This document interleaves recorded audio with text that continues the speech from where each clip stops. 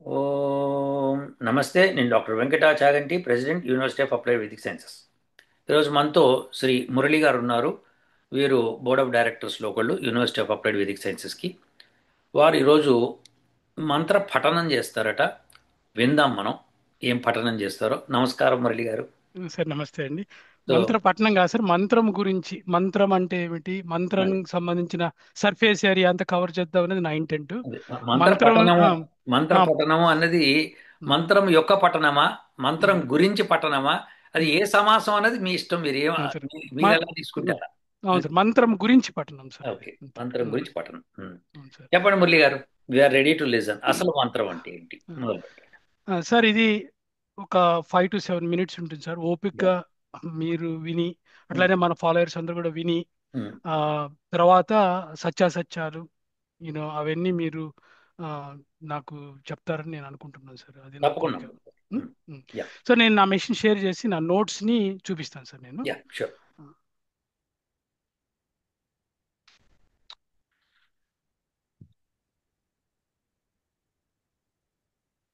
ఆ, నా నా నోట్స్ కనపడుతుంది కదండి మీకు? యా, ఇప్పుడు కనిపిస్తోంది. ఎస్. ఆ, ఇప్పుడు పెద్దగానే ఉంది కదా సార్? ఇనఫ్? కొద్దిగా కొద్ది పెద్దగా ఇంకాస్త చేస్తే పెద్ద చేయాలా? ఇంకా పెద్ద చేయండి. చూద్దాం అవుతుందా. ఉం. కొద్దిగా scroll yeah, this is better. Um. సరే. మంత్రం అంటే ఏమిటి? ఓకే.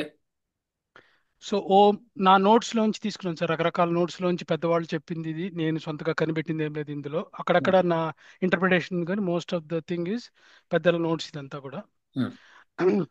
సత్యార్థ ప్రకాశంలో ప్రశ్న అడుగుతారు దయానంద సరస్వతి గారిని. మంత్రం సహాయం లేక మంత్రము సహాయం లేకయే లోక వ్యవహారంలో కార్యము లగుచున్నట్టు లౌకిక వత్తు వైదిక వ్యవహారంలో గానవచ్చునే. అప్పుడు వేద మంత్రముల ఆవశ్యకత ఎట్లుండును? దీన్ని కొద్దిగా మీరు మామూలు తెలుగులో చెప్పండి. ఇది గ్రాంధికం. అవును సార్. ఉమ్, అంటే అసలు వేద మంత్రాల అవసరం ఏంటి? ఉమ్, లౌకిక వ్యవహారాలు కానీ వైదిక వ్యవహారాల్లో కానీ మంత్రాల అవసరం ఏమిటి అని అడిగారు ఎవరు ఆయన్ని. ఓకే. అడిగినప్పుడు ఆయన చెప్పిన ఆన్సర్ ఏంటంటే, మరచిపోవటం వల్ల, ఉమ్, పొరపాటు పట్టడం వల్ల ఉమ్, మానవుల జ్ఞానం అనిత్యము. ఈధర్ తక్కువ లేకపోతే మర్చిపోవటం, ఇవన్నీ అనిత్యం అని చెప్తున్నారు అక్కడ ఆయన. ఉమ్, లౌకిక వ్యవహారములందును పారలౌకిక వ్యవహారము అంటే వైదిక వ్యవహారములందును ఉమ్, జ్ఞానం అనిత్యం అవటం వల్ల, వాళ్ళకున్న జ్ఞానం మానవులకున్న జ్ఞానం అనిత్యం అవటం వల్ల ఈ రెండు విధాల కర్మలు సఫలము చేయనట్టి ఆర్ష జ్ఞానము మంత్ర రూపమున వేదమందు ఉన్నది. ఉమ్, వేద జ్ఞానము రెండు అంటే లౌకికం పారలౌకిక రెండిటి గురించి ఉంది అని చెప్తున్నారు ఆయన. అంటే వేద జ్ఞానం పరమేశ్వరుడు ఇచ్చింది ఒకటి వలన దోషరహితంగా ఉంటుంది. ఓకే. ఈ విషయాన్ని మీరు చాలాసార్లు చెప్పారు. ఉమ్, అట్లనే రావు గారు నిన్న మేము ఆ, విశాఖపట్నము బీబీసీ ఛానల్. విబిసి ఛానల్లో మేము ఒక ఇంటర్వ్యూ ఇచ్చాము. అందులో కూడా రావు గారు ఎగ్జాక్ట్గా ఇదే పాయింట్ మెన్షన్ చేశారు. ఉమ్, సో ఇది మీరు చాలా వీడియోలో చెప్పే ఉన్నారు, ఇది కొత్తదేం కాదు. ఉమ్, దోషరహితము ఉమ్, ముఖ్యమైన విషయము. లౌకిక పారలౌకిక అన్ని విషయాలు అందులో ఉంటాయి అని ఉమ్, చెప్పబడింది. ఉమ్, సో సంహిత అంటే మంత్రాల సంకలనము. ఉమ్, 4 వేదాలకు 4 సంహితలు ఉన్నాయి. ఉమ్, అసలు వేదం అంటే సంహిత భాగమే. ఉమ్, అందు మంత్రాలు అది అంటే మంత్రాల సముదాయము. ఉమ్, అంటే ఒక మంత్రము ఇంకో మంత్రంతో కలిసి ఉంటుంది. సంహిత అంటే కలిసి ఉండటం. ఉమ్, అంటే ఒక మంత్రం ఇంకో మంత్రాన్ని విభేదించదు. ఉమ్, అంటే 4 వేదాల్లో ఉన్న మంత్రాలు అన్నీ కూడా ఒకదానికొకటి ఒక వేదంలో ఉన్న మంత్రం ఆ వేదంలో ఉన్న మంత్రాన్ని విభేదించదు. పక్కన ఉన్న వేదాల్లో ఉన్న మంత్రాలను కూడా విభేదించదు. ఆ, ఋగ్వేద సంహితలో ఉన్న మంత్రాలను రుక్కులని, యజుర్వేదంలోను యజస్సులని, సామవేదంలోను సామాలని, అథర్వవేదంలో అంగీరసులని అనబడే మంత్రాలు కలెక్షన్ ఉంటుంది. ఓకే. మంత్రములు అంటే రుక్కులు, యజస్సులు, సాములు, అంగిరసులు, వీటిని అన్నిటి కలిపి మంత్రాలు అనొచ్చు సింపుల్ గా చెప్పాలంటే. ఓకే. సో మననాత్ త్రాయతే ఇది మంత్ర. ఉమ్, మననం చేసే వారిని రక్షించేదే మంత్రము. ఉమ్, ఉమ్. రక్షించేది అనేది ఒక అర్థము, ఇంకోటి వాళ్ళని గైడ్ చేసేది అనేది కూడా అనే అర్థం కింద కూడా తీసుకోవచ్చు దీన్ని. మననము అంటే ఎక్స్ప్లెయిన్ చేయకుండా రక్షణ అనేది కుదరదు కదా. అవును సార్. మననం అంటే మీ ఉద్దేశము? మనం అంటే దాని గురించి పూర్తిగా అర్థం చేసుకోవడం సార్. అంటే ఆ, ఉమ్, ఎలా పలకాలి, దానివల్ల వచ్చే లాభాలు ఏంటి, వై వాట్ హౌ అనేదంతా కూడా మనము పదే పదే తప్పిస్తూ మనసులో అనుకుంటూ కంటిన్యూస్ గా దాని గురించి ఆలోచిస్తూ ఉండటం వల్ల అది మననం అవుతుంది. అలా వివేచన చేయటం. వివేచన. వివేచన చేయటం అన్నమాట. ఉమ్, ఉమ్, ఏమై ఉంటుంది అని వివేచన చేయటమే మననం. ఉమ్, అలాంటి మనన అలా చేస్తే అప్పుడు ఆ వివేచన మూలంగా జ్ఞానం వస్తుంది కాబట్టి అప్పుడు రక్షిస్తాం. ఉమ్. అంతేగాని ఊరికే మంత్రాన్ని చదివితే ఎన్నిసార్లు చదివినా రక్షణ రాదు. దాన్ని మననం ఇంప్లిమెంట్ చేయాలి. చేస్తే మననం ఇంప్లిమెంట్ చేసి చేయాలి. ఉమ్. ఉమ్, ఉమ్, మననం చేయాలి. ఫస్ట్ మనం అంటే వివేచించాలి. ఉమ్. అది. దాని యా. గురించి ఆలోచించాలి తరువుగా. ఆలోచించాలి. అదే ఉమ్, ఆలోచన అంటేనే మంత్రం. ఉమ్. యా. అవును సార్. సో ఉమ్. నిరుక్తంలో వేద శబ్ద వివరణ నిఘంటు అది నిరుక్తం ఉమ్. అనేది నిశ్చయపూర్వకంగా మంత్రార్థములను బోధిస్తుంది నిరుక్తం. ఉమ్. నిశ్చయపూర్వకముగా. ఉమ్. దాన్ని నిరుక్తం అంటారు. అందుకని అది నిరుక్తము అనబడింది. ఉమ్. వేదాల్లో మంత్రాలు ఆదేశ ఆదేశము, నిషేధము, ఉమ్. కర్తవ్యము, అకర్తవ్యము, ఉపదేశము, ఈ మూడు రకాలుగా ఉంటాయి మంత్రాలు. ఉమ్. ఇంకా చాలా రకాలుగా ఉంటాయి కానీ మీరు ఉమ్. మూడు చెప్పారు కానివ్వండి. అంటే సమ్మరైజ్ చేస్తే సార్ హై లెవెల్లో. హై లెవెల్లో సమ్మరైజ్ ఇంకా చేయాల్సింది ఉంది. ఇక్కడ సరిపోదు ఇది. కానివ్వండి మీరు చెప్పేది చెప్పండి. ఆదేశం నిషేధ రూపంగా, కర్తవ్యం అకర్తవ్య రూపంగా, ఉపదేశ ఉపదేశం. రూపంగా. ఆ. ఓకే. అట్లానే నిన్న రేపు, నిన్న నేడు రేపు ఉమ్. కూడా యథార్థమైనట్టు అంటే ఎప్పుడు యథార్థమైనటువంటి ఉమ్. సనాతనం అంటే అది కదా, ఎప్పుడు ఉమ్. యథార్థమై ఉంటే సనాతనం అవుతుంది. ఉమ్. యథార్థమైనటువంటి త్రికాల సత్యమైనటువంటి విషయాలను బోధిస్తుంది. అవును. ఉమ్. సో నెక్స్ట్ ఒక సైన్స్ ఫిలాసఫీని చూస్తే మనము ఉమ్. దే మ్యాప్ ఒక సైన్స్ లో ఉన్న ఒక విషయాన్ని ఎక్స్ప్లెయిన్ చేసేటప్పుడు వాళ్ళు వాట్ హౌ వైని తీసుకొని ఉమ్. ఆ ఫినామినాని ఎక్స్ప్లెయిన్ చేస్తారు. It's a function of what how and why. అవును. So what description, how mechanism, um. Why rational, principle, cause, అవును. రీజన్ అన్ని చెప్తాయి. ఉమ్. సో అట్లా కరాలరీ అంటే మెయిన్ ఒక థీరం తీసుకొని దాని సపోర్టింగ్ గా ఉండే సబ్ థీరముని కరాలరీ అనొచ్చు. అవును. ఇప్పుడు వేద మంత్రము సైంటిఫిక్ థీరం, ఉమ్. ఎందుకంటే అందులో వాట్ హౌ వై చెప్పేస్తుంది. ఉమ్. ఎస్. అది డైరెక్ట్ గా చెప్తుందా, కరాలరీ రూపంలో చెప్తుందా, ఇంకో మంత్రం నుంచి చెప్తుందా, ఆర్ ఎట్లయినా చెప్పినా సైంటిఫిక్ థీరం అది. ఉమ్. బ్రాహ్మణము, అరణ్యకము, ఉపనిషత్తులు వాటి experimental procedures, observations, philosophical sub explanations ఇస్తాయి అవి. ఉమ్. సో ఇవన్నీ కూడా మళ్ళీ మంత్రం చుట్టూ, వేదం చుట్టే తిరుగుతుంది సార్. అందుకనే అవి వాటి గురించి మాట్లాడుతున్నాము మనం. కానీ బ్రాహ్మణము, అరణ్యకము, ఉపనిషత్తు మంత్ర భాగం కాదు. కాదు సార్, అంటే వాటిని తీసుకుని డిరైవ్ చేసుకుని కరాలరీస్, కానీ ఎక్స్పెరిమెంటల్. దాన్ని ఇక్కడ చెప్పడానికి కుదరదు. మీరు వేద మంత్రం గురించి చెప్పేటప్పుడు వేద మంత్రమే చెప్పాలి ఇంకా. అంటే మీరు దాన్ని వాడుకొని ఎలాగా అది వేరు. ఎక్స్టెన్షన్ అది చేసుకోవచ్చు. ఎక్స్టెన్షన్ వేరు. మీరు వేద మంత్రం గురించి మాట్లాడుతా అన్నప్పుడు ఇవి మాట్లాడకూడదు ఇంకా. అంటే సార్ నా ఉద్దేశం వేదము దాని సర్ఫేస్ ఏరియా అని కూడా, మంత్రము దాని సర్ఫేస్ ఏరియా అన్నాను సార్. మంత్రం ఎందుకన్నానంటే మంత్రమే. ఉమ్, ఇవి కుదరవు. ఇవి ఉమ్, వేరు. ఉమ్, ఇవన్నీ వ్యాఖ్యానాలు. నిరుక్తం ఉమ్, కూడా వ్యాఖ్యానమే. ఉమ్, కాబట్టి ఇవేవి మంత్రం మంత్రమే. ఉమ్, దట్స్ నథింగ్. ఇంకా దానికి దానికి ఇంకా ఇటుపక్క అటుపక్క ఏమి ఉండదు.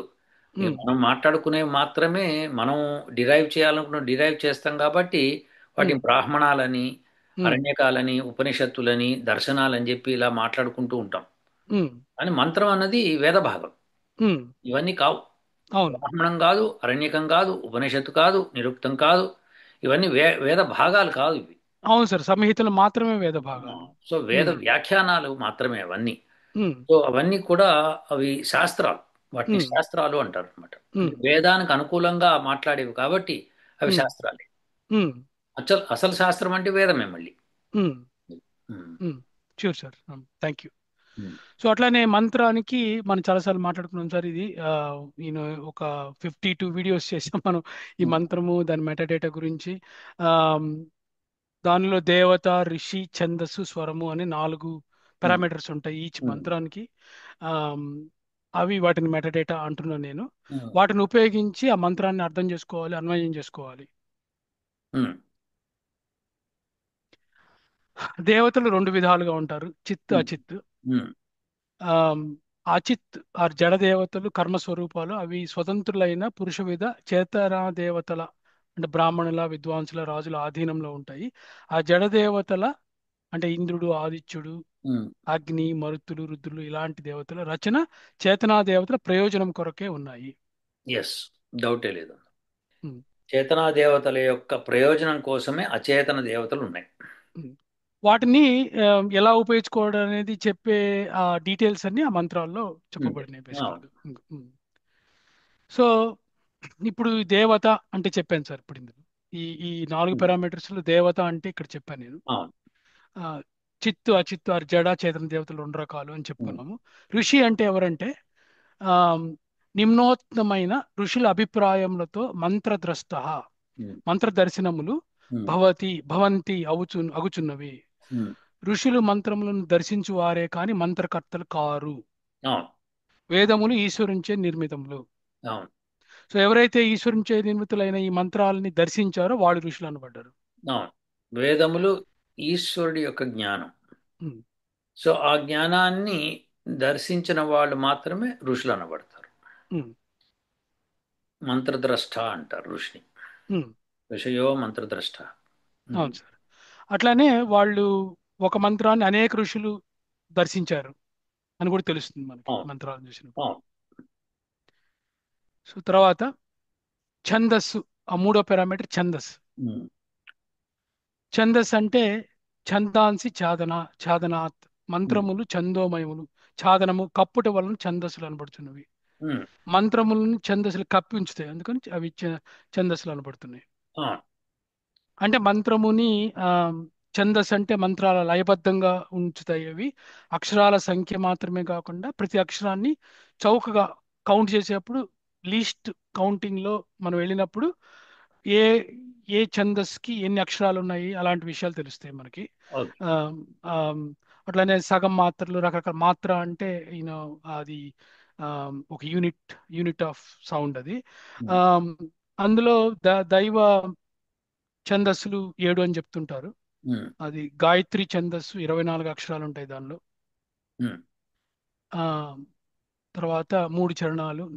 24 అక్షరాలతో. ఉష్ణిక్ ఛందస్సు దానికంటే 4 అక్షరాలు ఎక్కువగా 28 ఉమ్. అక్షరాలతో ఉంటుంది. తలగుడ్డ స్థానమున శిరోభూతములుగా ఉంటుంది ఇది. ఉమ్. కాంతి కర్మణ ఇది. ఉమ్. తర్వాత అనుష్టుప్ ఛందస్సు 32 అక్షరాలు ఉంటుంది. ఉమ్. ఇది గాయత్రిని అనుకరణ చేయటం వల్ల అనుష్టుప్ అనబడింది. ఉమ్. గాయత్రిలో కంటే ఇంకొక పాదం ఎక్కువ ఉండటం వల్ల 32 అయింది ఇది. ఉమ్. పాదం అంటే 8 అక్షరాలు. ఉమ్. బృహతి ఛందస్సు 36. ఉమ్. ఇంకా పరివృత్తి చెందడం వల్ల బృహతి అనబడింది. దానికంటే 4 అక్షరాలు. ఎలా ఉమ్. అయితే గాయత్రి నుంచి 4 వేస్తే ఉష్ణికి వచ్చిందో, ఉమ్. అనుష్టుప్ నుంచి 4 అక్షరాలు యాడ్ అయినప్పుడు ఉమ్. బృహతి వస్తుంది. ఉమ్. బృహతి నుంచి మళ్ళీ గాయత్రి నుంచి మళ్ళీ గాయత్రిలోంచి ఇంకొక పాదము అనుష్టుప్ లాగానే అనుష్టుప్ నుంచి ఇంకొక పాదం యాడ్ చేసినప్పుడు, లేదా ఉమ్. గాయత్రి నుంచి 2 పాదాలు యాడ్ చేసినప్పుడు ఉమ్. ఆ, 42 అక్షరాలు వస్తాయి దానిలో. పంక్తి ఛందస్సు. పంచపాద అంటారు, ఉమ్. పంక్తి పంచపాద. ఉమ్. 5 పాదాలు ఉంటాయి. ఉమ్. త్రిష్టుప్ ఇది ఐదు దానికంటే పెద్దది. 5 పాదాలు ఉన్నాయి అక్కడ. మీరు మరి ఆ, ఐ 5 8లు మాత్రమే రాశారు. 42 అవ్వదు కదా అది. అక్కడ మిస్సింగ్ ఉంది చూడండి. 16 32 ప్లస్ కాబట్టి 38. 40, అది 40 ఉండాలి, 42గా. అవును సార్, ఇది సారీ పొరపాటు పడింది అది.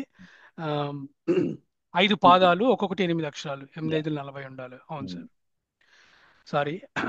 త్రిష్టుప్ ఛందస్సు 44 అక్షరాలు. మళ్ళీ ఓకే. అక్కడి నుంచి ఉమ్. ఇందాక ఎట్లయితే ఈ 24 నుంచి 28 అయిందో, ఉమ్. అట్లానే అనుష్టుప్ నుంచి బృహతి అయిందో, అలాగనే త్రిష్టుప్ ఇక్కడ ఇంకొక 4 ఉమ్. యాడ్ అయింది ఉమ్. పంక్తి నుంచి. ఉమ్. తర్వాత జగతి ఇంకొక ఉమ్. 4 యాడ్ అయితే ఆ. 48. అయితే దీన్ని 12 12 12 4 12 కింద చూడబడుతుంది ఇది. ఆ. ఆ, జగతి ఛందస్ అంటే గాయత్రికి జలతరంగముల జలం. వల్లే విస్తారం జరిగింది. ఆ. ఉమ్. అది కీవర్డ్ చెప్పాలంటే దాన్ని. ఆ. ఆ, దీని ప్రస్తారము గురు లఘువుల పొడవు భేదం వల్ల గతి జలతరంగముల వంటి తగును ఉమ్. అనే ఒక సీక్రెట్ సాస్ చెప్పేశాడు ఇక్కడ దీనికి. ఉమ్. వెరీ. జల్గల్ జల్గల్ ప్లస్ తి జగతి అనేసి. వెరీ. ఉమ్. సో విరాట్ ఉమ్. ఇది అన్నిటికన్నా పెద్దది. ఉమ్. విశేష ప్రాప్తి వలన ఉమ్. విరాట్ ఛందహ అనే నామం కలిగింది దీనికి. ఉమ్. సో ఇక అలా మొత్తం మీద 7 ఛందస్సుల గురించి మాట్లాడుకున్నప్పుడు ఏది నా ఇప్పుడు ఒకసారి మొదటి నుంచి ఇప్పుడు ఆ, వెళ్దాము. ఆ, గాయత్రి, గాయత్రి ఉష్ణిక్, మొదటిది. ఉమ్, ఉష్ణిక్. తర్వాత అనుష్ అనుష్టుప్, ఉమ్, తర్వాత బృహతి, ఉమ్, తర్వాత పంక్తి, త్రిష్టుప్, ఉమ్, తర్వాత జగతి. ఉమ్. 7 అయిపోయినాయి అక్కడికి. మరి ఎనిమిదవది అయిపోయింది. వచ్చింది విరాట్. విరాట్ సార్, అంటే ఇది నేను మెన్షన్ చేశాను, ఉమ్, కానీ యాక్చువల్గా యూజువల్గా 7 అని ఇక్కడ వరకే చెప్పి ఆపుతారు. అవును. మిగతావి లేవని కాదు, చాలా ఉమ్, ఉన్నాయి.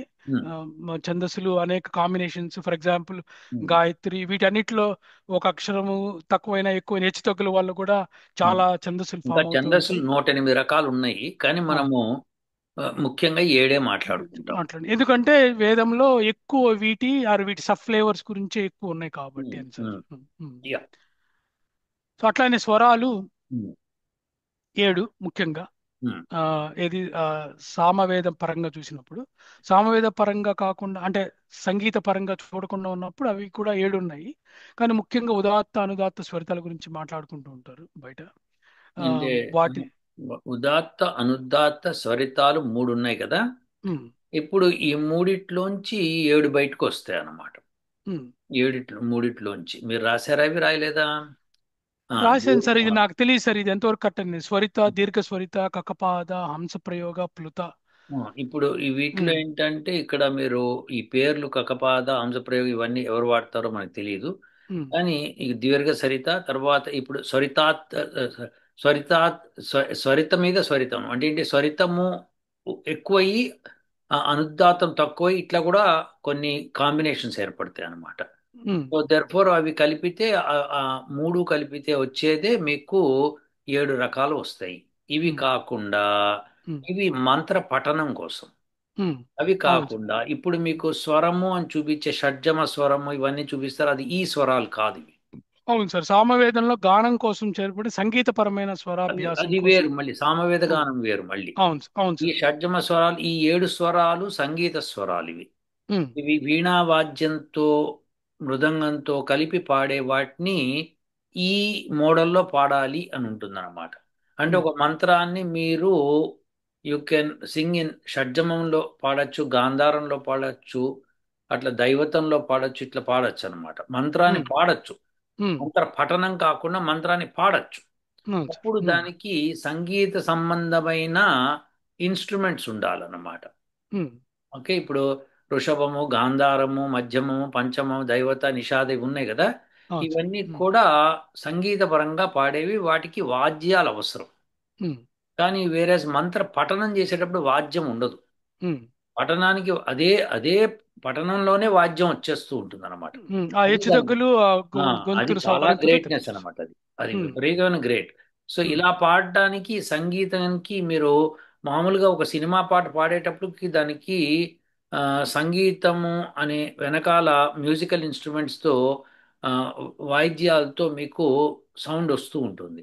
ఉమ్, అది కలిపితేనే ఇలాంటివి షడ్జమము, వృషభము బాగుంటాయి, ఉమ్, విడిగా బాగుండవు అవి. ఉమ్, వేరే మంత్ర పఠనం ఏవైతే మీరు చేస్తారో ఆ ఉమ్, పఠనంలో ఈ వాద్యాలతో సంబంధం ఉండకుండా బ్రహ్మాండంగా ఉంటుంది అనమాట.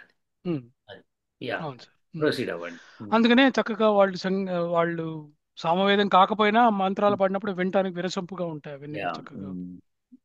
అవును సార్. సో ఈ వేద పఠనానికి స్వరాలు, మంత్రానికి శక్తి లభిస్తుంది. సరే, ఇక ఇక అర్ధమాత్రలు పట్టణంలో వినిపించవు, ఇక అవన్నీ డీటెయిల్స్ సార్.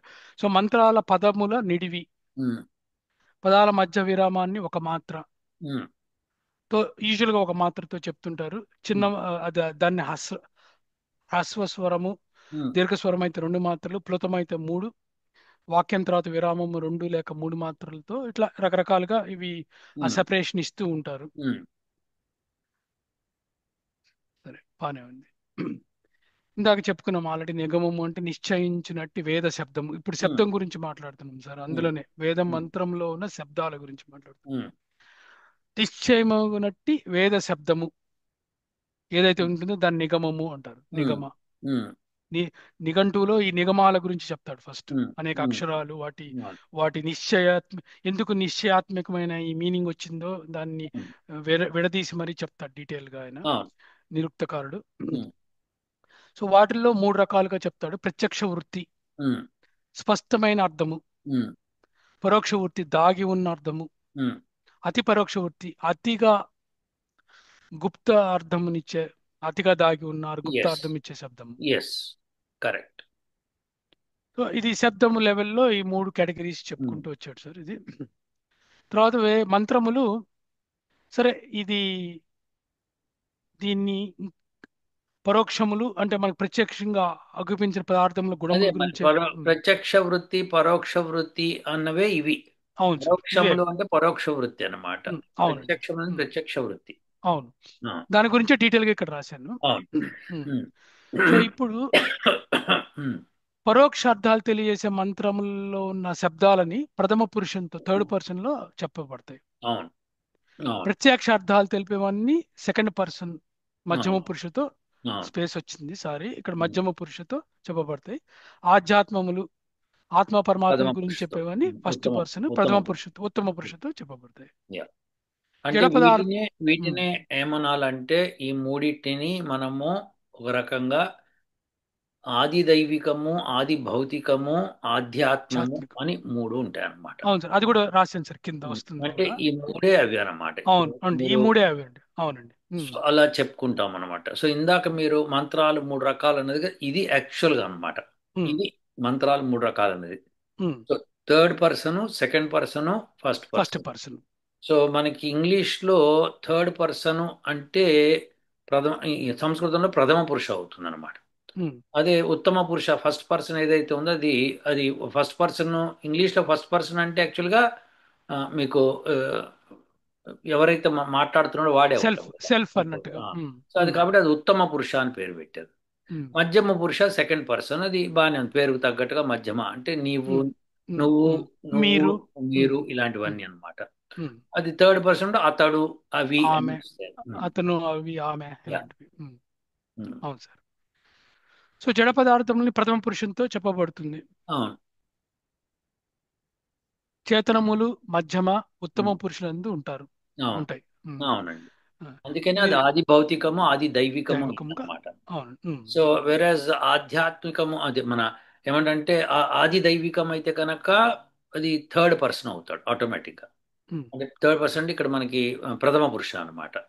సో అది అవుతుంది. అదే కనుక ఆధ్యాత్మము, ఆధ్యాత్మము అయితే కనుక ఫస్ట్ పర్సన్. అలా కాకుండా అది అది భౌతికం అనుకోండి సెకండ్ పర్సన్ అవుతుంది, అంటే మధ్యమ పురుష అవుతుంది అనమాట. యా. సో ఇక్కడ ఇక్కడ కంక్లూజన్ గా ఏం చెప్తుండే, ఇందువలన ప్రాపంచిక జడ పదార్థముల గుణములను, ఇందాక ఉమ్, చెప్పుకున్న అచేతన దేవతలు ఉమ్, ఉమ్. ప్రత్యక్షం గావించుకొని వాటి వలన వివిధ ఉపకారములు పొందవలనని, ఈ చేతన దేవతలు పొందవలనని దీని అంతర్యము తప్ప అవును, మరొకటి కాదు. అవును. అందుకని అలా చెప్తున్నాడు.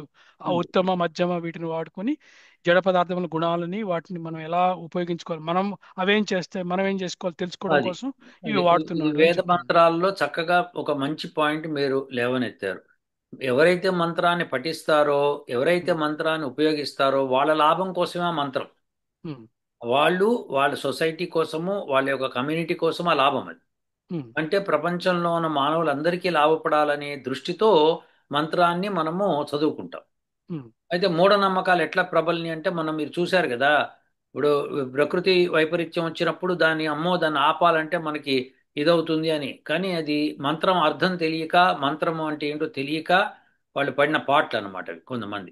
ఉపకారాలను పొందండి అని ఆ రాసింది ఇక్కడ. పొందండి అని స్పష్టంగా చెప్తున్నప్పుడు ఉమ్, ఉపకారం పొందకపోగా అది మూఢనమ్మకంగా పెట్టుకున్న వాళ్ళని మనం ఏం చెప్తాం చెప్పండి ఇంకా. Um. Yeah, next. Thank you sir. అన్వయము మంత్రం యొక్క దేవత, ఋషి, ఛందస్సు, స్వరము, కర్త, కర్మ, క్రియ మరియు పూర్వ మంత్రములను అనుసరించి మాత్రమే ఉండవలెను. మంత్రంలో సరిపడిన ఇతర అర్థములు అన్వయంలో ఉండకూడదు. అది కరెక్ట్ చెప్పారు, బాగా చెప్పారు.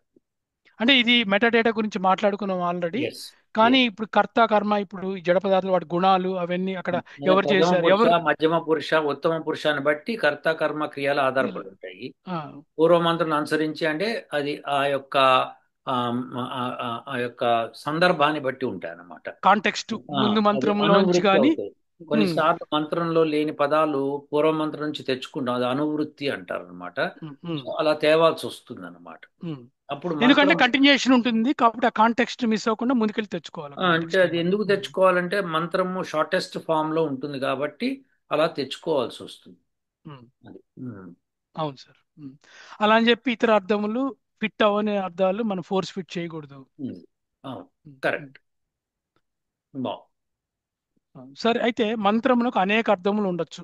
ఉమ్, మీరు ఆల్రెడీ మొదటి ఉమ్, మంత్రం ఋగ్వేదానికి యా తీసుకొని 300 మిలియన్ అర్థాలు రాశారు. ఉమ్, కాబట్టి అనేక అర్థాలు ఉండొచ్చు అనేది మనకు తెలుసు క్లియర్గా. యా ఆ అర్థములు అయితే ఎన్ని అర్థాలు తీసుకున్నా కానీ, ఉమ్, మిలియన్స్ ఆఫ్ అర్థాలు తీసుకున్నా కానీ, అవన్నీ కూడా ఈ మూడు రకాలుగానే ఉంటాయి.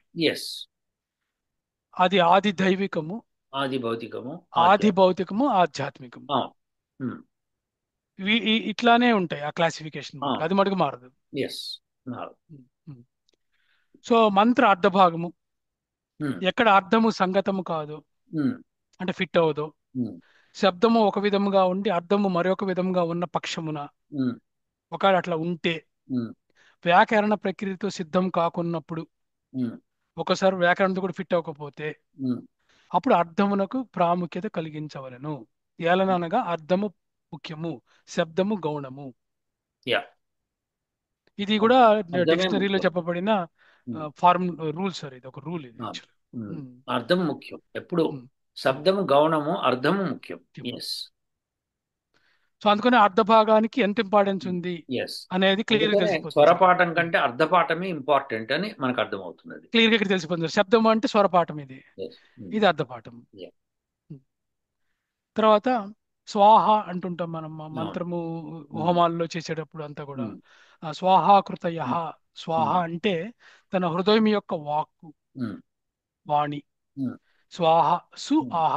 ఉమ్, మొన్న ఆ, నరసింహస్వామి గారు వాళ్ళ టీము వాళ్ళు మంత్రాలు చెప్పినప్పుడు ఉమ్, వాళ్ళు స్వాహాని సు ఆహాగా అన్నట్టుగా వినపడింది నాకు. ఉమ్, అది కరెక్ట్ యాక్చువల్లీ చెప్పాలంటే. వాళ్ళు అలాగా అంటే మిక్కిలి ఉత్తమంగా చెప్పిన వాడు అనే అర్థాన్ని తెలియజేస్తున్నారు వాళ్ళు. ఉమ్, ఉమ్, శుభకర వచనము, శ్రద్ధ, శ్రద్ధయే సత్యము, శ్రద్ధతోనే హవిస్సు ఆహుతి ఇవ్వబడును. అవును, శ్రద్ధతోనే ఇస్తాం. ఇక్కడ మా మంత్రానికి హృదయానికి ఉన్న సంబంధాన్ని చెప్తున్నాడు సార్, అవును. శ్రద్ధతోటి. ఉమ్. ఎస్. ఎస్. హృదయంలోంచి రావాలి ఆ మంత్రము, అప్పుడే అవును. దాని యొక్క అది స్వాహ అవుతుంది. అవును. అది శ్రద్ధతోనే రావాలి, అప్పుడే అది హవిస్సుగా మారుతుంది. ఆ హవిస్సే ఆహుతిగా ఇవ్వబడుతుంది. ఎస్. ఆ శ్రద్ధ లేకపోతే మీకు మంత్రము ఫలించదు. అది హవిస్సు కాదు అప్పుడు. ఎస్. సార్ ఇక్కడ వరకు అయింది కదా సార్.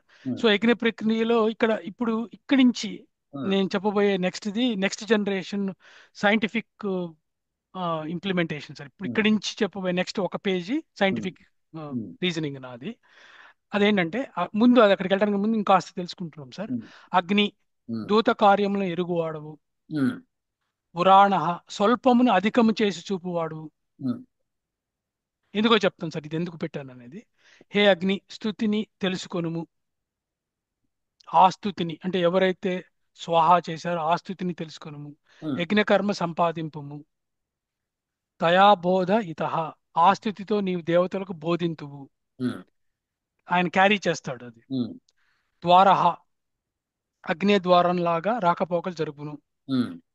ఎవరికి ఎక్కడికి చూద్దాం సార్. అగ్నియే హవిస్సు వెళ్ళుటకు సాధనము. దేవతల కొరకు హవిస్సు తీసుకెళ్లి దేవతల యందు యజమాని గురించి ప్రసంగించును. ఇది అగ్ని గురించి చెప్పిన కొన్ని ప్రాపర్టీస్ సార్ ఇవి. ద్వారహ అనేది ఒకటి ఇక్కడ మనం చూడాలి క్లియర్గా. బర్హి, చాలాసార్లు మనం చాలా డిస్కస్ చేసాము ఎక్స్టెన్సివ్గా ఈ బర్హి గురించి. బర్హి అంటే యజ్ఞ అగ్ని. అది ఈ పృథ్వీని ఆచ్ఛాదించడానికి మొత్తంగా వ్యాపిస్తుంది అంతరిక్షం వరకు. అది బర్హి అంటే బ్రీఫ్ గా చెప్పాలంటే. ప్రాచీన బర్హి అంటే అవనాగ్ని నుంచి వచ్చేది ప్రాచీన బర్హి. బట్ బర్హి గురించి మాట్లాడుతున్నాం ముఖ్యంగా. ఇది ఆ యజ్ఞాగ్ని, ఆ ధూమము పృథ్వీని ఆచ్ఛాదించుటకు వ్యాపిస్తుంది. దేవతలకు, విద్వాంసులకు, పృథ్వీకి సుఖదాయకం అవుతుంది అప్పుడు. అగ్నిలో వేసిన ఆహుతి ఆదిత్యుని చేరును. అగ్ని గురించి మాట్లాడాము. బర్హిలోంచి అది స్ప్రెడ్ అయ్యి ఆదిత్యుని చేరుతుంది ఆహుతి అని చెప్తున్నాను సార్ ఇక్కడ. సార్ ఇక్కడ వరకు అయింది. ఆత్మ జన జనాత్మనః అంటే దేవతలు లోకమును అనుగ్రహించు కాంక్షతో, అంటే అందరికీ మేలు చేయాలన్న సత్యం నమ్మిన వాళ్ళే వాళ్ళు వీళ్ళు తమంతట తామే జన్మించును. సర్వదేవతలు పరస్పరము తమలో తాము కార్య కారణములగుచున్నవి. ఉమ్, ఒక ఆయన కార్యం అయితే ఇంకొక ఆయన కారణం అవుతాడు. ఉమ్, ఏదో ఒక ఒక దేవత కార్యం అయితే ఇంకో దేవత కార్యం. దేవతలు స్త్రీ దేవతలు పురుష దేవతలు ఇద్దరు ఉన్నారు కాబట్టి ఉమ్. ఇట్లు దేవతా ధర్మము మనుష్య ధర్మములకు అత్యంత భిన్నము. అసలు ఇది మంత్రంలో ఎట్లా చెప్తున్నారు? మీరు మంత్రం గురించి చెప్తాను, ఇవన్నీ ఎందుకు చెప్తున్నారు? అవును, చెప్తాను సార్. ఎందుకు చెప్తానంటే నేను ఇది క్వాంటమ్ సైన్స్ కి తీసుకెళ్తున్నాను సార్ దీన్ని నేను. తీసుకెళ్ళండి, కానీ మంత్రం గురించి చెప్పండి. మీరు ఇవన్నీ చెప్పడం మూలంగా మంత్రం గురించి చెప్పట్లేదు మీరు. సార్ ఇది మంత్రానికి దేవతకు ఉన్న సంబంధం తెలియజేయడం కోసం ఈ దేవతల గురించి మాట్లాడాల్సి వస్తుంది సార్. అవును, మామూలుగా అయితే చెప్పారు కదా, దేవత. దేవత అంటే ఏంటి చెప్పేశారు ఆల్రెడీ, మీరు ఆల్రెడీ చెప్పారు. అందులో చేతనా దేవత, అచేతనా దేవత, అచేతనా దేవతలను ఉపయోగించుకోవడమే చేతనా దేవతల యొక్క కర్తవ్యము, అందుకోసమే మంత్రం ఇవ్వబడింది అని చెప్పేశారు. అవును సార్, అది అయిపోయింది సార్. కానీ ఇక్కడ నేనేం చెప్తున్నానంటే ఉమ్, ఇది ఒక ఒక దేవతకి ఇంకొక దేవతకి కమ్యూనికేట్ చేసుకోగలరు అనేది క్లియర్ అది చెప్పడం కోసమే ఇది చెప్తున్నాను సార్. అంతే. నా ముఖ్య ఉద్దేశం ఏంటంటే ఉమ్, కార్యకారణోచ్చరణం అవుతున్నవి అంటే మీనింగ్ ఏంటంటే ఒక దేవత ఆర్ ఒక దైవము ఒక దేవత ఉమ్, ఉమ్. ఇంకో దేవతతోటి ఇంటర్ కమ్యూనికేట్ చేయగలదు. చేయగలుగుతాయి అంటే వాయువు జలముతో కమ్యూనికేట్ చేయగలుగుతుంది. అగ్ని వాయువుతో చేస్తుంది. ఉమ్, వాయువు ఇంద్రుడితో చేస్తాడు. ఉమ్. అలా అలా సార్. వాయువు ఆదిత్యుడితో ఓకే, చేస్తాడు. అది చెప్పండి సరిపోతుంది మరి.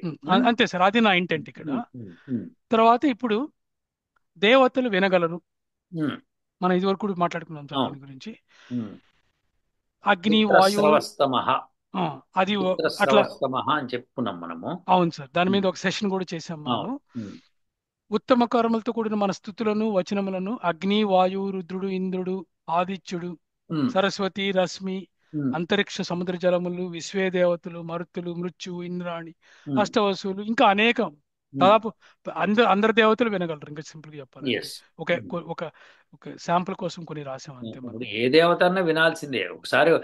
దేవతలకి వినగలరు అంటే వినగలరు అంతే. అంతే ఏమి సార్. వినగలరు, ఇది వెరీ ఇంపార్టెంట్. సార్ అది సార్ అక్కడికే వస్తున్నా సార్ నేను ఇప్పుడు. ఇప్పుడు అగ్ని ద్వారము ఈ బర్హి గురించి మాట్లాడుకున్నాం. దేవతలు ఒకరి కోసం కార్యకారణాచరణలు అవుతున్నాయి. దేవతలు వినగలవు. ఇంతవరకు మాట్లాడాం సార్ ఇది. ఉం? ఇప్పుడు నేను దీన్ని quantum engineering and quantum science కి కనెక్ట్ చేస్తున్నాను సార్ నేను దీన్ని. సో క్వాంటమ్ ఇంజనీరింగ్ లో చాలా కాన్సెప్ట్స్ ఉన్నాయి. మనకి టైం సరిపోదు కాబట్టి ఒక 2 కాన్సెప్ట్స్ అందరికి ఇంట్రెస్టింగ్ ఉండే కాన్సెప్ట్స్. టనెలింగ్ అండ్ ఎంటాంగిల్మెంట్స్ కాదు ఇక్కడ తప్పబడింది, బట్ ఎంటాంగిల్మెంట్ నా ఉద్దేశం. టనెలింగ్ అనేది బర్హి తో ఎలా కనెక్ట్ అవుతుంది, ఎంటాంగిల్మెంట్ ఈ జనాత్మ నాతో ఎలా కనెక్ట్ అవుతుంది మాట్లాడటమే రిమైనింగ్ ఈ టాపిక్. సో క్వాంటమ్ టనెలింగ్ అంటే మీనింగ్ ఏంటంటే is the phenomena where a particle passes through a barrier it classically should not be able to cross due to its wave-like quantum nature. అంటే ఏంటంటే దీని అర్థము మీరు క్లియర్ గా చెప్పాలి. యాక్చువల్గా నేను Mm, చెప్తా చూడండి. mm, ఏంటంటే ఒక బంతి ఉంది, mm, దాన్ని ఒక గోడ హైట్ ఉంటుంది, ఒక గోడ 10 మీటర్స్ హైట్ ఉంది అనుకో. mm, దాన్ని విసిరితే బంతి అంత ఎనర్జీతో విసిరితే గోడ క్రాస్ అవ్వాలి. mm. ఎంత ఎనర్జీతో విసిరితే గోడ క్రాస్ అవుతుందో అంత ఎనర్జీ ఇవ్వకపోతే అది గోడ క్రాస్ కాలేదు. కాలేదు. కానీ దానికంటే తక్కువ ఇచ్చినా కానీ గోడకు పోయి కొట్టుకుంది అనుకోండి, తిరిగి బౌన్స్ అవుతుంది. Mm, కానీ అలా బౌన్స్ కాకుండా కొట్టుకున్నది కొట్టుకున్నట్టుగా గోడలోంచి వెళ్ళిపోయింది అనుకోండి, mm, అప్పుడు దాన్ని టనలింగ్ అంటాం అనమాట. mm, ఇది ఎలక్ట్రాన్ లాంటి పార్టికల్స్ కి సాధ్యం, mm. ప్రతిదానికి కాదు. అవును. అంత మైన్యూట్ పార్టికల్స్ ఉంటే అవి క్వాంటమ్ ఫిజిక్స్ లో మనము టనలింగ్ అని చెప్తాం అనమాట. అంటే నానో లెవెల్లోనే అది ఖచ్చితంగా. ఇంకా తక్కువ, ఇంకా ఇంకా. తక్కువ ఉండాలి. Mm, సో అది వాటికి అది సాధ్యం తప్పితే వీటికి సాధ్యం కాదు. సో mm, ప్రతిదీ టనలింగ్ చేయలేదన్నమాట. mm. ఓకే, ఇప్పుడు చెప్పండి. సార్ ఇప్పుడు నా పాయింట్ ఏంటంటే ఈ అగ్నితోటి మనం వేసిన మెటీరియల్ నానో లెవెల్లో ఆర్ ఉమ్, ఇంకా తక్కువ లెవెల్లో మీరు చెప్పిన ఉమ్, ఉమ్, సబ్ అటామిక్ సబ్ ఉమ్, అటామిక్ లెవెల్లో ఉమ్, అవి ఉమ్, పైకి వెళ్ళటం ద్వారా ఉమ్, మనము చేసిన యజ్ఞము ఫర్ ఎగ్జాంపుల్ సటన్ సైజులో చేస్తాం అనుకోండి. మనం ఉమ్, ఉమ్, ఆ సటన్ సైజులో చేసినప్పుడు సటన్ ధూమం వస్తుంది. ఉమ్, ఆ సటన్ ధూమము నిజానికి ఆదిత్యుడి దాకా చేరలేదు ఎగ్జాంపుల్ ఉమ్, మామూలుగా అయితే. ఉమ్, కానీ టనెలింగ్ వల్ల ఉమ్, దానికి ఈ ఈ ఈ సబాటామిక్ లెవెల్లో దానికి ఆ ఎనర్జీ లెవెల్స్ ఉమ్, క్లాసిక్ లెవెల్లో మామూలుగా వెళ్ళలేనివి ఈ క్వాంటమ్ లెవెల్లోకి టనలింగ్ అవటం వల్ల అక్కడ దాకా చేరుతున్నాయి అనేది నా ఎస్, ఉద్దేశం. Yes, yes. కరెక్ట్ అండి, మీరు కరెక్ట్ చెప్పారు. సో ఫిజికల్ గా మనకి వెళ్ళినట్టు అనిపించదు, కానీ క్వాంటమ్ లెవెల్లో వెళ్ళిపోతాయి అవి. క్వాంటమ్ లెవెల్లో అవి చిన్న చిన్నవి అయినప్పుడు వాటికి ఎస్, క్వాంటమైజ్ అవుతాయి, ఎస్. ఆ టనలింగ్ కెపాసిటీ వస్తుంది కాబట్టి అక్కడికి వెళ్ళగలుగుతాయి. అవునండి, దీన్నే అవును, ద్వారము చేస్తాడు ఈయన అగ్ని అని చెప్తున్నాడు అక్కడ. అవునండి. బాగా చెప్పారు, చాలా మంచి ఆ వర్డ్ టనల్కి వాడారు. ఎంట్రీ పాయింట్ ఈయన ఎస్, అగ్ని అనేది ఆయన. ద్వారం చేస్తాడనేది చాలా మంచి పాయింట్ వాడారు. Yeah, next. సార్ ఇది ఎంటాంగిల్మెంట్ అంటే అవును. Where two or more particles become linked so that their states remain instantly correlated. Yes. ఇక్కడ నో, స్విచ్ చేస్తే అక్కడ లైట్ వెలగడం. అవును, no matter how far they are. No no matter how far they are. ఇక్కడ అగ్నికి చెప్తే అక్కడ ఇంద్రుడు, అంతరిక్షంలో ఉండే ఇంద్రుడు లేదా సూర్యుడికి చేరటం ఇన్స్టెంట్ గా. అవును, అవును. ఇన్స్టెంట్ గా అంటే ఇక సెకండ్లు కాదు, మిల్లీ సెకండ్స్ లో, ఉమ్, ఇంకా తక్కువగా, ఇంకా ఉమ్, చెప్పాలంటే ఉమ్, ఉమ్, మాత్ర రూపంలో. ఇంకా మన మంత్రంలో మాత్రల గురించి చెప్పబడింది ఆల్రెడీ. ఉమ్. మాత్ర రూపంలో వెళ్ళిపోతుంది అది. అవునండి. మాత్ర అంటే ఇదివరకు మీరు ఒకసారి చెప్పారు నాకు. ఉమ్, మాత్ర అంటే డెఫినేషన్, అది నేను అవును, ఇక్కడ చెప్పాలా లేదు నాకు తెలియదు, కానీ ఉమ్, ఆ మాత్ర డెఫినేషన్ ని జాగ్రత్తగా మనం తెలుసుకుంటే ఉమ్, అది ఎంత తక్కువ టైంలో ఇక్కడ ఇన్ఫర్మేషన్ అక్కడికి కమ్యూనికేట్ అవుతుంది. ఉమ్. అగ్ని వాళ్ళందరితో కమ్యూనికేట్ చేస్తాడని ఆల్రెడీ ఇందాక చూసాం సార్ మనం. అవునండి, అవును. ఆ అగ్ని వాళ్ళతోటి ఇన్స్టెంట్ గా కమ్యూనికేట్ చేయగలడు, వెరీ ఎందుకంటే అవి కొరిలేట్ అయినాయి కాబట్టి. Exactly, you're right. కార్యకారణ సంబంధంతో కొరిలేట్ అయినాయి అవి. కార్యకారణ సంబంధంతో బాగా చెప్పారు. ఎప్పుడైతే అవి సంబంధంతో కొరిలేట్ అయినాయో అప్పుడు కమ్యూనికేట్ చేసుకోగలవు. అవును, అవును. సర్వదేవతలు పరస్పరం తమలో తాము కార్య కారణములగుచున్నవి, అందువల్ల కరెక్ట్. అవి ఎంటాంగిల్ అయి ఉంటాయి. అవునండి. మీరు ఎంటాంగిల్మెంట్ గురించి, విష్ణు శివుడు స్పేస్ టైం ఎస్. ఎంటాంగిల్మెంట్ గురించి ఒక 100 వీడియోలు పైన చేసి ఉంటారు యాక్చువల్ గా. కాబట్టి ఈ టాపిక్ కొత్తది కాదు. ఎస్. కానీ నేను చెప్పదలుచుకున్న ముఖ్యమైన పాయింట్ ఏంటంటే, దీనికి ఈ మంత్రము అనే బేస్ లైనే ఈ టనెలింగ్ అండ్ ఎంటాంగిల్మెంట్ అవటానికి ఫండమెంటల్ ఫౌండేషన్ ఎలిమెంట్ అనేది నా ఉద్దేశం సార్ మెయిన్ గా. Yes, you're right. కరెక్ట్ చెప్పారు మురళి గారు. సో ఇది సార్ మెయిన్ గా నేను ఈ ఈ ఈ నోట్స్ చెప్దామన్న ఉద్దేశము. ఇంకా నేను షేరింగ్ తీసేస్తాను. సో ఫెంటాస్టిక్ పాయింట్స్ చెప్పారు మంత్రం గురించి. ఇప్పుడన్నా అందరూ మంత్రం గురించి అర్థం చేసుకుంటారు. స్వరపాఠం ఏమిటి, అర్ధపాఠం ఏమిటి, ఏది ఇంపార్టెంట్, ఎందుకు ఇంపార్టెంట్, ఎలా దాన్ని పనిచేస్తుంది. స్వరపాఠం ప్రాపర్ స్వరంతో మనం మంత్రం కనుక పఠించగలిగితే క్వాంటమ్ టనలింగ్ జరుగుతుంది, క్వాంటమ్ ఎంటాంగిల్మెంట్ జరుగుతుంది. అలానే మనము కరెక్ట్ అర్థం తెలుసుకొని ఆ పదార్థాలని యజ్ఞం చేయడం ద్వారా ఆటోమేటిక్గా క్వాంటమ్ టనలింగ్, క్వాంటమ్ ఎంటాంగిల్మెంట్ రెండు జరుగుతాయి. సో ఇది వెరీ ఇంపార్టెంట్ మంత్రానికి. సో మంత్రంలో ఉన్న 4 భాగాలు ఎందుకు ఇంపార్టెంటో చెప్పాము. ఇంకాస్త చెప్పుకుందాము. దానిలో దేవత ఎందుకు ఇంపార్టెంట్ అంటే, ఆ మంత్రానికి దేవత లేకపోతే మనకి ఆ మంత్రము దేని గురించి మాట్లాడుతుందో తెలియదు. Hmm. ఎందుకంటే మంత్రంలో అనేకమైన పదాలు రావచ్చు, సోముడు రావచ్చు, చంద్రుడు రావచ్చు, ఎవరైనా రావచ్చు. కానీ ఎవరు దేవత అనేది ఇంపార్టెంట్ అనమాట. ఆ దేవత ఎవరు పరంగా ఆ మంత్రాన్ని అర్థం చేసుకోవాలని అర్థం అనమాట. ఆ ముఖ్యము ఎవరు, గౌణం ఎవరు తెలుసుకోగలగాలి మనం. తెలుసుకోవాలన్నమాట. Hmm. సో అలానే దానికి దేవతతో పాటు మనకి ఋషి ఉన్నాడు. ఆ ఋషి పేరు కూడా ఆ మంత్రానికి అర్థం సరిపోయేటట్టుగా ఋషి పేరు పెట్టుకుంటాడు.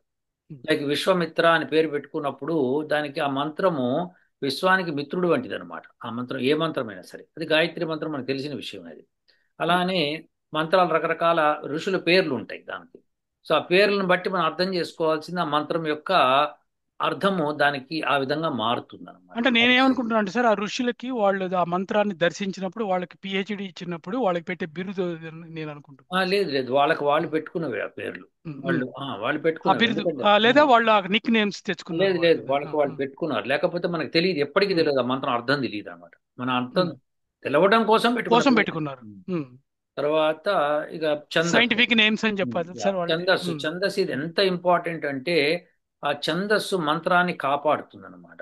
అంటే మంత్రం యొక్క అర్థము విచలితం కాకుండా, మంత్రంలోని పదాలు అటు ఇటు కాకుండా అది కాపాడుతుంది అనమాట. అగ్నిమి ఈళే పురోహితం అన్నప్పుడు మనం అగ్ని పురోహితం ఈళే అనొచ్చు కదా అని అనుకుంటే సంస్కృతంలో అలా అనొచ్చు, కానీ మంత్రంలో అలా అనకూడదు. అది ఛందస్సు అనమాట. ఆ ఛందస్సు కాపాడుతుంది. సో ఎక్కడ లఘువులు గురువులు రావాలో అక్కడే వస్తాయి కాబట్టి పదాలని తారుమారు చేయలేము, అక్షరాలను తారుమారు చేయలేము అనమాట. అది మంత్రం యొక్క ప్రభావం అనమాట. సో ఎందుకంటే అలా రావాలి. టర్నింగ్ లో పొజిషనింగ్, ఆ yes, sounds, very ups important. And downs very very important very కదా. ఇంపార్టెంట్. సో ఉమ్, దట్ అది ఇంపార్టెంట్. అలా ఉమ్, స్వరం అన్నది నాలుగో భాగం అయింది కాబట్టి అది మనకు అర్థమైపోయింది స్వరం ఎందుకు కావాలనేది. సో ఉమ్, ఇప్పుడు ఈ మంత్రము అన్నది స్వరంతో పాడాలి. ఇప్పుడు మంత్రము యజ్ఞం చేసినప్పుడు మంత్ర పఠనం చేయాలా వద్దా, ఎందుకు చేయాలి మనము అన్నదానికి స్పష్టంగా ఇప్పుడు మీరు బ్రహ్మాండమైన ఆన్సర్ ఇచ్చారు. క్వాంటమ్ టనలింగ్ జరుగుతుంది అక్కడ. పదార్థాలు టనలింగ్ చేస్తాయి, సౌండ్ వేవ్స్ టనలింగ్ చేస్తాయి. సో ఈ రెండిటితోనూ మనకి ఉపయోగం ఉంటుంది. ఎందుకంటే ఒక ఒక దేవత ఇంకో దేవతతో కమ్యూనికేట్ చేయాలి అంటే సౌండ్ మంత్రం, కావాల్సిందే. మంత్ర సౌండ్ పఠనం కావాలి. కావాల్సిందే. ఉమ్, అలానే పదార్థాలు అందచేయాలంటే యజ్ఞం కావాల్సింది. సో ఉమ్. ఈ రెండు కూడా స్పష్టం అన్నమాట. పుష్టినిస్తుంది ఈ యజ్ఞం అనేది. ఇవేమో కమ్యూనికేషన్ కి ఎస్. వాళ్ళు వింటాయి కదా, వినాలంటే మనం చెప్పాలి. అదే. ఇప్పుడు అందుకు దానికోసం. ఒక రాజు ఇంకొక రాజుకి బహుమతి పంపిద్దాం అనుకున్నాడు. అది ఆ, దూతతో చెప్పాడు, నేను ఆ రాజుకు బహుమతి ఇద్దాం అనుకుంటున్నాను అని. అప్పుడు ఈ దూత ఆయన ఎంటీ హ్యాండ్స్ తో వెళ్ళి ఆ రాజు దగ్గరికి వెళ్ళి మా రాజు బహుమతి ఇద్దాం అనుకుంటున్నాడు అని చెప్తే అది ఏం ఉపయోగం ఉండదు. ఉమ్, ఆ ఉపయోగం ఎప్పుడు ఉంటుందంటే రాజు బహుమతి ఇచ్చి చేతికి దూతతో పంపిస్తే ఆ దూత తీసుకెళ్లి మా రాజు ఇచ్చాడు అని చెప్పి ఇవ్వడం అనేది మీనింగ్ఫుల్ గా ఉంటుంది అనమాట. టనలింగ్ ఎంటాంగిల్మెంట్ ఇదే సో బేసికల్. మంత్రం చదవడం మూలంగా ఊరికే చెప్పినట్టు అవుతుంది. కానీ మంత్రం చదవడంతో పాటు యజ్ఞం చేసి పదార్థాలు వేయటం మూలంగా ఆ మంత్రానికి రియల్ అర్థం వస్తుంది. లేక రాదు. అద్భుతం సార్. సార్ చాలా అయితే బాగా చెప్పారు మంత్రం. ఇంకొక విషయం సార్, ఇక్కడ మంత్రములోనే వాట్ హౌ వై అనే ఫార్ములా మాట్లాడుకుందాం మనం. Yes. అది సార్ అది మంత్ర గురించి అర్థం కూడా, ఎలా చేసుకోవాలన్నది వేరు మళ్ళీ. అది పెద్ద సార్ అది కూడా టాపిక్. దాని గురించి కూడా మాట్లాడతారు సార్ మీరు ఆ, ఒక నిమిషం. అది చాలా పెద్ద టాపిక్ మురళి గారు. ఉమ్. అయినా చెప్పండి, సరే మీరు చెప్తాను చెప్పండి. అంటే సార్ నా ఉద్దేశం ఏంటంటే మంత్రములోనే ఆ వై హౌ వాట్ అనేది దాగి ఉంటుంది. ఎస్, ఉంటుంది. మరి అది దాన్ని అర్థం చేసుకోవాలంటే మరి పాణిని శిక్షాశాస్త్రం అష్టాధ్యాయి బాగా నేర్చుకుంది అర్థం కాదు. అవును సార్. ఎప్పటికీ అర్థం కాదు. ఉంటుంది అని చెప్పడమే నా ఉద్దేశం సార్. అది ఎలా ఏమిటనేది ఇక ఆ, ఎవరి ఇప్పుడు ప్రయత్నాలు, ఎవరి ఎందుకంటే లెవెల్ ఎలా ఆఫ్ ప్రయత్నం అండర్స్టాండింగ్. కాదు, ఉంటుంది అని ఎలా చెప్తారు మీరు? ఆ రెండు చదివే చెప్పాలి. అవును సార్. రెండు చదివితే కానీ చెప్పలేం. అవును. ఆ రెండు చదివిన వాళ్ళు మాత్రమే ఉంటుంది అని చెప్పగలుగుతారు.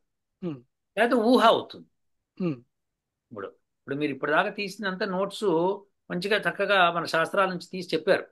కానీ దానికి తోడు ఇప్పుడు మీరు చెప్పదలుచుకుంది వై హౌ వాట్ అనేది ఉంటుంది అంటే ఉంటుందా లేదా అని మీరు స్పష్టంగా చెప్పాలి అంటే కనుక శిక్ష, అష్టాధ్యాయి అవును రెండు సార్. తెలిసి ఉండాలి. అవును సార్. రెండు ఉమ్, తెలవకపోతే వాట్ హౌ వై అనేది తెలియదు ఎప్పటికి. ఉమ్, సో అది కంపల్సరీ తెలవాలి అందరికీ. అది తెలుసుకుంటే అప్పుడు వాళ్ళ మంత్రాన్ని, ఒక మంత్రం మీరు నా రీసెర్చ్ చూస్తే కనుక అది ఆ, మొదటి మంత్రానికి అగ్నిమీడే పురోహితానికి 30 మిలియన్ అర్థాలు ఇచ్చినప్పుడు ప్రతి మంత్రానికి నేను దాని నుంచి మంత్రాల నుంచి మంత్రం తీసినప్పుడు ఆ మంత్రానికి వాట్ హౌ వై అనే దానికి క్వశ్చన్స్ ఆన్సర్స్ రాసుకుంటూ వచ్చాను నేను. ఉమ్. ఎందుకంటే అవును. ఇప్పుడు నాకు ఆ మంత్రం తెలవాలి, అర్థం అయిందా లేదా, నీకు అర్థం అయింది అంటే క్వశ్చన్ ఆన్సర్ ఉండాలి దానికి. ఉమ్, అందులో ఏం చెప్తున్నాడు, ఎందుకు ఇలా అని మనకు మనమే పూర్వపక్షము ఉత్తరపక్షము ఉండాలి. ఎనాలిసిస్ చేసుకుని. అనాలిసిస్ అది అది చేయాలి అంటే అంటే మీరు చెప్పిన హూ వాట్ వై అనేది వస్తుంది కదా. ఉమ్, వచ్చినప్పుడు అది రావాలి అంటే కనుక ఆ మంత్రం అర్థం కావాలి. ఆ ఉమ్. మంత్రం అర్థం కావాలి అంటే మధ్యమ పురుషులు చెప్తున్నాడా, ఉత్తమ పురుషులు చెప్తున్నాడా, లేకపోతే ప్రథమ పురుషులు చెప్తున్నాడా తెలవాలి ఫస్ట్ మనకి. అట్లా ఆది ఆ, భౌతికం ఆ, యాంగిల్, ఆది ఆ, దైవికం యాంగిల్, అది ఆధ్యాత్మికం యాంగిల్. వేరు. తర్వాత క్రియాపదం ఏంటి అందులో తెలవాలి. అసలు క్రియ ఏమిటో తెలవాలి. క్రియ తెలవకుండా రెండు మూడు క్రియలు ఉండొచ్చు, ఒకే క్రియ ఉండొచ్చు. తర్వాత ఇద్దరు ముగ్గురు కర్తలు ఉండొచ్చు, ఒకటే కర్త ఉండొచ్చు, మనకు తెలియదు. అవన్నీ తెలుసుకోవాలి. తెలుసుకోవాలంటే శిక్ష, అష్టాధ్యాయి రెండు బాగా తెలుసుంటే కానీ అది మీకు తెలియదు. సో అది తెలుసుకుంటే కానీ మంత్రార్థం తెలియదు. మంత్రార్థం తెలియకపోతే మంత్రార్థం తెలుసుకుంది కేవలం పదాలతోనే కాకుండా ఆ దేవతతో కూడా ముడిపెడతాం, ఆ ఋషితో కూడా ముడిపెడతాం, ఆ ఛందస్సుతో ముడిపెడతాం, ఆ స్వరంతో ముడిపెడతాం, పెట్టి మనం మాట్లాడతాం అనమాట. సో ఇవన్నీ చెప్పుకుంటూ అప్పుడు మంత్రార్థం చెప్తాం అనమాట. అది చెప్పినప్పుడు అలంకారాలు వస్తాయి మళ్ళీ మధ్యలో. ఇప్పుడు మొదటి మంత్రానికి అన్ని అర్థాలు ఎందుకు వచ్చినాయి అంటే శ్లేషాలంకారం ఉంది కాబట్టి. అవును. శ్లేషాలంకారం అంటే ఏమిటి? ఒక పదానికి అనేక అర్థాలు ఉండటం, అయితే ఒక వాక్యానికి అనేక అర్థాలు ఉండటం. ఈ రెండు అవును. తీసుకొని అనేక అర్థాలు చెప్పడం అన్ని శ్లేషాలంకారం అనమాట. అవును. సో ఇలా అట్లానే మనం ఉపమాలంకారము ఎక్కువగా వాడుతుంటారు ఉపమాలంకారం ఉంటుంది, తర్వాత వాచక ఉమ్. లుప్తోపాలంకారం ఉంటుంది. ఇలా అది అలంకారాలు ఇంకా చాలా టఫర్. ఉంటాయి. అది ఇంకా టఫర్ యాక్చువల్ అదే గా అనలైజ్ సో చేసుకోవడం. ఇప్పుడు ఆ అలంకారాలు తెలుసుకోవాలి అంటే మళ్ళీ శిక్ష అష్టాధ్యాయి వచ్చి ఉండాలి. అప్పుడు కానీ మనం గుర్తుపట్టలేము అక్కడ. ఏది లుప్తమైంది ఏది లుప్తం కాలేదు చెప్పగలగాలి అంటే ఈ రెండు వచ్చి ఉండాలి. సో ఈ రెండు వస్తేనే కానీ మనిషి దాన్ని సాధన చేయలేడు. సో మంత్ర సాధన, మంత్రాన్ని మననం చేయటం అంటే ఇగో ఇవి తెలుసుకొని ఇది ఇదేమో కదా, అది కాదేమో కదా, ఇట్లనేమో కదా, దీని అర్థం ఇట్లా వస్తుంది కానీ అట్లా ఎట్లా వస్తుంది అని చెప్పుకోవడాన్నే సాధన అనమాట. అప్పుడు కానీ అన్వయించలేము. మీరు చెప్పారు చూడండి, అన్వయించడం ఆ మంత్రంలోని పదాలతోనే అన్వయించాలి కానీ బయట నుంచి తీసుకురాకూడదు. సో ఆ మంత్రంలో పదాలతోనే అన్వయించాలి. సో ఎందుకంటే ఆ కాంటెక్స్ట్ మంత్రం మారిపోతుంది, ఆ కాంటెక్స్ట్ నే తీసుకుని ఆ అది కాంటెక్స్ట్ కాంటెక్స్ట్ లోనే ఉండాలి. Exactly, your right. సో అది వెరీ ఇంపార్టెంట్. సో అందుకని సో హూ వాట్ వై మాట్లాడాలంటే అది పెద్ద సబ్జెక్ట్ కదా, అదొక ఓషన్ అనమాట. అవును సార్. సో ఆ ఓషన్కి వెళ్ళాలంటే శిక్ష అష్టాధ్యాయి రెండు తీసుకొని అనేక ఎగ్జాంపుల్స్ ఇచ్చి, ఇప్పుడు నేను చెప్పినట్టుగా అనేక ఎగ్జాంపుల్స్ ఇచ్చుకుంటూ వచ్చి చెప్పాలి. కానీ మొత్తం మంత్రం గురించి బాగా చెప్పారు మురళి గారు, బాగా స్టడీ చేస్తున్నారు. Wonderful, you're a good student. Thank you sir. అదే సార్ నా కోరిక అదే. ఈ మంత్రం గురించి చాలా మందికి ఏం తెలియదు. మంత్రం అంటే ఏదో పెద్ద గొప్పలు చెప్తుంటారు కొంతమంది. సో అలా ఇప్పుడు అలా కాకుండా మీరు మంత్రం అంటే స్పష్టత ఇచ్చారు. సో ఇప్పుడు విన్న వాళ్ళందరూ కూడా మంత్రం అంటే స్పష్టత ఉండి, ఎందుకు మనము అక్కడ ఆ మాంతా తుఫానికి హోమం చేసినప్పుడు ఏం చేశాం అంటే క్వాంటమ్ ఎంటాంగిల్మెంట్ ఎలా చేశాం, క్వాంటమ్ టనలింగ్ ఎలా చేశాం అన్నది ఈ మంత్రాన్ని స్పష్టత ఇస్తోంది. సో అది తెలుసుకుంటే అందరూ మంత్ర పఠనము, మంత్రంలో వేసిన పదార్థాలు, ఆ యజ్ఞంలో వేసిన పదార్థాలు, ఈ రెండు కూడా సరిపోవాలి. ఒకదానికొకటి సరిపోకపోతే కమ్యూనికేషన్ ఉండదు. అదే పుష్టి ఒకళ్ళకి ఇచ్చి మంత్రం ఇంకోళ్ళకి చెప్పినట్టు అవుతుంది. ఇప్పుడు ఫర్ ఎగ్జాంపుల్ నేను ఇప్పుడు ఇప్పుడు మురళి గారు మీకోసం నేను ఒక కార్ పంపిస్తున్నానండి, మీరు ఆ కార్లో ఎక్కిరండి అని అన్నాను అనుకోండి, అది నేను కమ్యూనికేట్ చేశాను. కానీ కారు పంపించకుండా సైకిల్ పంపించాను అనుకోండి, కమ్యూనికేషన్ బ్యాడ్ కమ్యూనికేషన్ అనమాట. కారు ఇస్తాను మరి సైకిల్ పంపించావు ఏంటంటే ఆ పుష్టి సరిపోదు కాబట్టి నేను మీ ఊరి దాకా ఎప్పటికి రాలేదు సార్. అదనమాట, అది కరెక్ట్. సో అందుకని అగ్నికి కమ్యూనికేట్ చేస్తే ఆయన ఇంద్రుడికి కమ్యూనికేట్ చేయడం అనేది ఆ టనలింగ్ అండ్ ఎంటాంగిల్మెంట్ టుగెదర్ అయినప్పుడే ద్వారం బాగా పెట్టారు. చాలా బాగుంది అది. సో అగ్ని నిజంగానే అది టనలింగ్ చేసుకుంటూ వెళ్తుంది, దానికి చేయటం అనేది చాలా ఇంపార్టెంట్. చాలా బాగా చెప్పారు మురళి గారు, వెరీ గుడ్ అండి, ఎక్సలెంట్ ఎక్సలెంట్, ధన్యవాదాలు. సో ఇది నేను అనుకోవడం ఇది అందరికి పనికొస్తుంది, మంత్రం అంటే ఏమిటి అని బేసికలీ. అవును సార్, అది నాకు అందరికి ఉపయోగపడుతుంది, మీ నుంచి అందరూ వింటారనే ఉద్దేశంతోనే తీసుకొచ్చాను సార్ నేను టాపిక్ ని. అయితే ఇంకోటి ఏంటంటే మంత్రమే ఎందుకు వాడాలి అన్నది నేను మళ్ళీ చెప్తాను. ఒక లాస్ట్ పాయింట్ ఇది. ఇప్పుడు మంత్రంలో ఇట్లా ఇప్పుడు మంత్రంలో ఏముందంటే సపోజ్ ఓ అగ్ని ఈ ఈ ఆహుతి తీసుకెళ్లి పలానా దేవుడికి ఇవ్వని ఉందనుకుందాం, లెట్ సే ఉంది. అప్పుడు మనం తెలుగులో చెప్పొచ్చు కదా, అది మంత్రంలోనే ఎందుకు చెప్పాలి అన్నది ఇంకో ఇంపార్టెంట్. సార్ మీరు ఇది ఫస్ట్ లైన్ లోనే మీరు ఇది చాలా సార్లు చెప్పేసి నాకు ఆన్సర్ సార్, నేను చెప్తాను దానికి. చెప్పండి. దోషరహితంగా ఉండటం కోసం. దోషరహితంగా ఉండటం ఒకటి, భ్రమరహితంగా ఉండటం ఒకటి. భ్రమ ఉండదు అన్నమాట. సో మంత్రంలో భ్రమలు ఉండవు, కానీ మనం మాట్లాడే మాటల్లో భ్రమలు వస్తాయి, మన కల్పితాలు వస్తాయి, మన ఇష్టం వచ్చినట్టు మాట్లాడేస్తాం, ఊహలు వస్తాయి. సో అలా రాకుండా మంత్రాన్ని యాజ్ ఇట్ ఈస్ చెప్పాలి. అప్పుడే అగ్నికి స్పష్టత ఉంటుంది. అగ్ని దేవత కింద కన్సిడర్ చేయబడింది. దేవత ఏంటంటే పరమాత్ముడు ఇచ్చిన దానికే కట్టుబడతాడు. సో ఆత్మదా బలదా యస్య విశ్వ ఉపాసాతే ప్రశిషం యస్య దేవాః యస్య ఛాయామృతం యస్య మృత్యుః కస్మై దేవాయ హవిషా విధేమ. ఈ మంత్రంలో క్లియర్గా చెప్తున్నాం. దేవతలు ఎవరు అంటే ప్రశిషం, ప్రకృష్టంగా శిష్యరికం చేసేవాళ్ళు, అంటే గురువు గారి ఆజ్ఞని యాజ్ ఈజ్ గా పాలించడం అనమాట. అలా పాలించే వాళ్ళని దేవతలు అంటారు. సో పరమాత్ముడి పరమాత్ముడి యొక్క ఆజ్ఞని ఉల్లంఘించవు ఈ దేవతలు. అంటే అగ్ని కాని వాయువు కాని వరుణుడు కాని ఎవ్వరూ కూడా ఉల్లంఘించరు. అవి యాజ్ ఈజ్ గా ఆయన చెప్పిన రూల్స్ అండ్ రెగ్యులేషన్స్ పాటిస్తూ ఉంటాయి. సో దేర్ ఫోర్ అవి దేవతలు అనబడ్డాయి. సో మనకి అలా కావాలి అనుకుంటే భ్రమ లేకుండా ఉండాలి అంటే మంత్రమే పఠించాలి. మంత్రం కాకుండా తెలుగులో చెప్తాను, హిందీలో చెప్తాను, ఇంగ్లీష్లో చెప్తాను అంటే కుదరదు. మంత్రాన్ని మంత్రంగానే పఠించి తీరవలే, ఇంకా there is no other way. ఎందుకంటే that is the communication media in the first place. అందుకనే మనం కృష్ణ యజుర్వేదము, శుక్ల యజుర్వేదంకి వచ్చేటప్పటికి కృష్ణ యజుర్వేదంలో అనేక మంది వ్యాఖ్యానకర్తలు కొంత రాయడం మొదలుపెట్టారు. అది చూసి యాజ్ఞవల్క్యుడు దుఃఖపడి ఏమిటి కల్పితం, ఎట్లా నాకు ఫుల్ ప్యూర్ది కావాలని చెప్పి మళ్ళీ ఆదిత్యుని ప్రార్థిస్తే ఆయనకి శుక్ల యజుర్వేదం ఆయన ఇచ్చాడు. ఉమ్, సో ఇప్పుడు మనం చదువు శుక్ల యజుర్వేదంలో కల్పితాలు ఉండవు. కృష్ణ ఉమ్. యజుర్వేదంలో కొంత వాళ్ళు కల్పితం ఉంది. ఎంబెడింగ్స్ వచ్చినాయి. అందుకని మనం చాలా జాగ్రత్తగా ఉండాలి. సో అందుకనే మహర్షి దయానంద సరస్వతి లాంటి వాళ్ళు పుడుతూ ఉంటారు, ఎప్పటికప్పుడు క్లీనింగ్ చేస్తూ ఉంటారు, మళ్ళీ మనకి ఇస్తూ ఉంటారు. సో అది జరుగుతుంది. అద్భుతం సార్. వండర్ఫుల్ అండి. వండర్ఫుల్ టాపిక్ తీసుకొచ్చారు. హోప్ ప్రేక్షకులందరూ వీక్షకులందరూ దాన్ని ఆస్వాదిస్తారని. ఇంకేమైనా వాళ్ళు ఉంటే ప్రశ్నలు వాళ్ళు అడుగుతారు, మళ్ళీ మనం సమాధానం చెప్పుకోవచ్చు. అవును సార్. ఓకేనండి. థ్యాంక్ యూ అండి. Thank you very much for your time. Oh